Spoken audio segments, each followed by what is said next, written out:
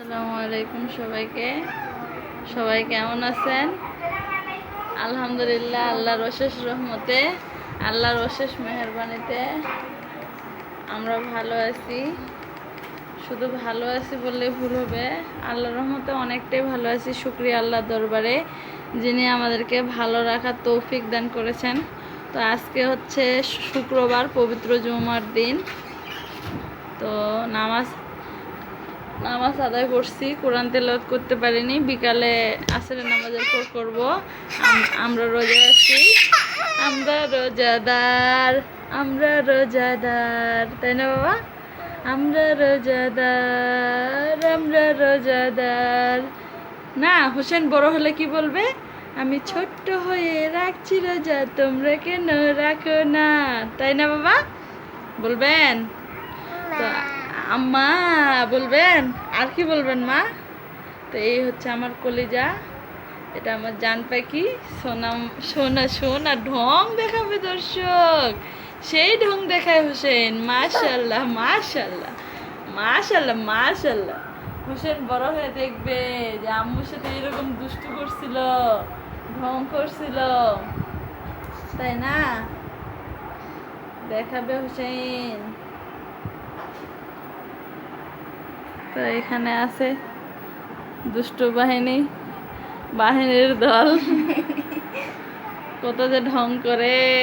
আসসালামু আলাইকুম, সবাই কেমন আছেন? আমরা ভালো আছি। শুধু পড়ালেখাই করতে যায় না, আর এখানে এই যে হোসেন ওর ভিডিও দেখতেছে, আর আমি রান্না করতেছি। আজকে ঘর মুছতে পারিনি, সকাল থেকে কারেন্ট ছিল না। সকাল 6টা থেকে 11টা পর্যন্ত কারেন্ট ছিল না। তো এখানে আমি হচ্ছে মাংস চাপাই দিচ্ছি। এটা হচ্ছে এই যে ডাল আর আতপ চাল দিয়ে বিরিয়ানির মতো রান্না করবো। এটাই আজকে ইফতারিতে খাওয়া হবে। অনেকে বিরিয়ানি বলে, অনেকে খিচুড়ি বলে। আমার তো বিরিয়ানির মশলা টশলা কিছু নেই, ঘরে যা আছে সেই মশলা দিয়ে রান্না। আর এখানে আমি মাছ রান্না করছি, সজনা, আলু আর বেগুন দিয়ে।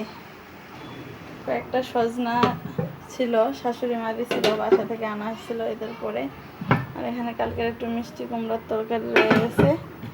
আর এখানে ভাত আছে কিছু, রাফি আর আমিষা খায়। সকাল আজকে 6টা থেকে 11টা পর্যন্ত কারেন্টই ছিল না।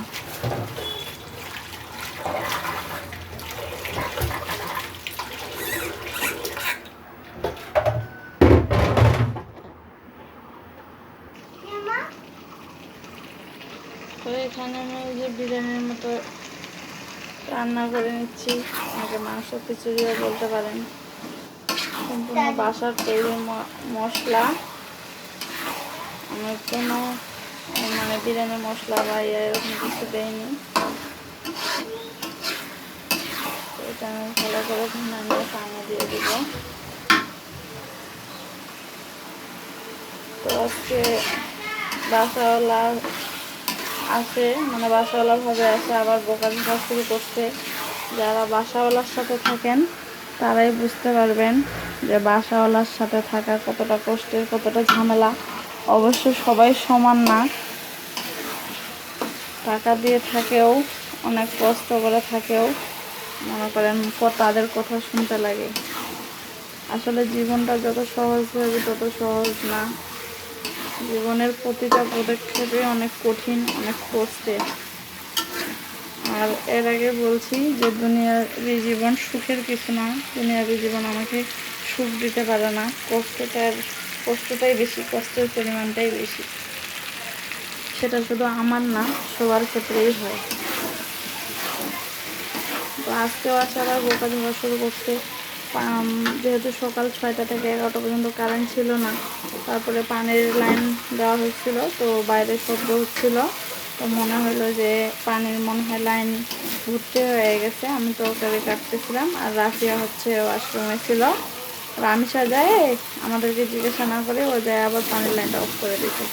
তো এই যে পানি ভর্তি হওয়ার আগে কেন লাইন অফ করলাম সেটা নিয়ে আসে আবার বোকা। আবার পানি পড়বে, মানে পানির লাইন ভর্তি হয়ে যদি একটু 2-4 মিনিট পানি পড়ে হয়তো অনেক সময় স্মরণ থাকে না, যেহেতু আমার ছোটো বাচ্চা একা হাতে সব সামলাই, ওর আব্বু তো অফিস থেকে সবসময়, তো উনি ওইটাও বুঝবে না, তখনও আবার আসে বকাঝকা করা শুরু করে দেয়। মানে আগে অফ লাইন যদি পানি পড়ার একটু পরে অফ করি তবুও দোষের, যদি একটু আগে অফ করে দিই তবুও দোষের। অনেক কষ্ট লাগছে, মন টন অনেক খারাপ, তাই যে এই জন্যই মনে হয় বাসাওয়ালার সাথে ভাড়াটিয়াদের সম্পর্ক খারাপ হয়ে যায়। তো এই যে এখানে আমি হচ্ছে পানি দিয়ে দিলাম। এর আগে রমজান মাসে ইফতার দিতে যাচ্ছিল, সব বাসাতেই দেওয়া হয়, এখন ওনাকে যদি না দেওয়া হয় সেটাও তো দোষের হয়ে যাবে। আর আমার অভ্যাস, আমি হয়তো বা অল্প রান্না করি, বেশি রান্না করতে পারি না, বা বেশি ভিআইপি কিছু রান্না করতে পারি না, বেশি ভালো মন্দ কিছু রান্না করতে পারি না, কিন্তু যাই রান্না করি না সেটা আশেপাশে সবাইকে দিয়ে খাই, হোক সে ভাড়াটিয়া হোক সে বাসাওয়ালা, যাই হোক না কেন কাউকে ছাড়ে খাইতে পারি না। তো ইফতার দিয়ে পাঠাইতাম, তো উনি বলতো যে আমাদের দেওয়ার কি দরকার, তোমরা রান্না করে তোমরাই খাবা। আমার কথা হলো, আপনাকে একটা জিনিস দিতে গেছে, আপনি নিবেন, নিয়ে আপনি না খান, আপনি হয়তো বা অনেক বড় লোক, আপনার হয়তো বা অনেক বাসা বাড়ি আছে, অনেক টাকা পয়সা আছে, আপনি হয়তো বা বাসার মালিক, যেহেতু আপনার হয়তো বা অনেক থাকতে পারে, টাকা পয়সা থাকতে পারে, আপনি না নেন, কিন্তু আপনার বাসার কাজের বুয়া থাকতে পারে, সেই বুয়াকে আপনি খাইতে দেন সেই খাবারটা, বা ময়লার বালতিতে ফেলে দেন, যাই করেন না কেন, কিন্তু আপনাকে একটা জিনিস একটা মানুষ ভালোবেসে দিতে গেছে, আপনাকে মুখের সামনে বলতে লাগবে যে দিয়েন না, বা আমাদেরকে দিও না, তোমরা রান্না করে তোমরাই খাইও, এটা কোনো কথা হইলো? তো সেদিন থেকে মানে 2-3 দিন এই কথাটা বলছে, বারবার এই কথা বলে কোনো কিছু দিতে গেলেই, তারপরে আবার বলে আমি কিছু দিতে পারি না, তোমরা কেন দাও, এই সেই। তো তখন থেকে ওর আব্বু আমাকে নিষেধ করে দিছে যে তুমি ও কথা শুনে আবার তোমার দেওয়ার দরকার কি, আশেপাশে দিবা, বা গরিব মানুষ চাইতে আসলে তাদেরকে দিবা, কিন্তু ওনাদের তো যেহেতু অনেক টাকা আছে ওনারা নিবে না, অযথাই তোমার কথা শোনার দরকার আছে। তখন থেকে খারাপ লাগে, আর দেই না, মানে দেই না। তো আজকে আসে উনি আবার কথা শোনাইলো, বারবার এইভাবে কথা শোনায় মন প্রচুর উনি খারাপ করে দিচ্ছে। জানি না এই বাসায় কীভাবে থাকবো, বা কতদিন থাকতে পারবো, বা কীভাবে টিকবো। তো দেখা যাক, দেখতে থাকুন আমার বিরিয়ানি, তাতে রান্না হইতে থাক। আমার আব্বাজান এখানে ঘুমায় গেছে, আমি ওখানে শুয়েছিলাম, তো আমি আসরের নামাজ পড়ে উঠে গেছি। আর এই যে বেগুনে ভাজতে ভাজতে খায় শেষ, মনে হয় ইত্যাদিতে আর খাবে কি না, এমন হয়েছে তাদের অবস্থা। তো এখানে আমি এই যে বিরিয়ানি রান্না করে নিয়েছি মুরগির মাংস দিয়ে।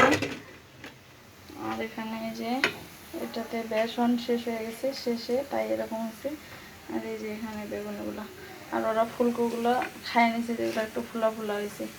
এখানে মরিচ গুঁড়া, আর এখানে এই যে বড়া হচ্ছে, দুধ ছিল, একটু দুধ গরম করে নিছি। আর এখানে যে মাছের তরকারিটা সজনা আলু বেগুন দিয়ে, এই হচ্ছে আজকে সেহেরিতে এবং ইফতারের খাবার দাবার।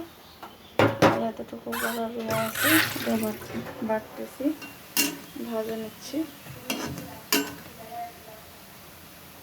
অল্প তেলে, একটু পোড়া পোড়া করে নিচ্ছি আজকে এভাবে।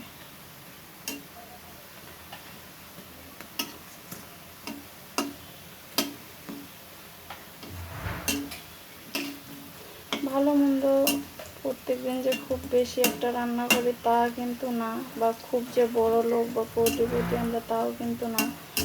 তবে আল্লাহ যেই হালে রাখছে, বুঝতে রাখছে, শুকরিয়া আল্লাহর দরবারে।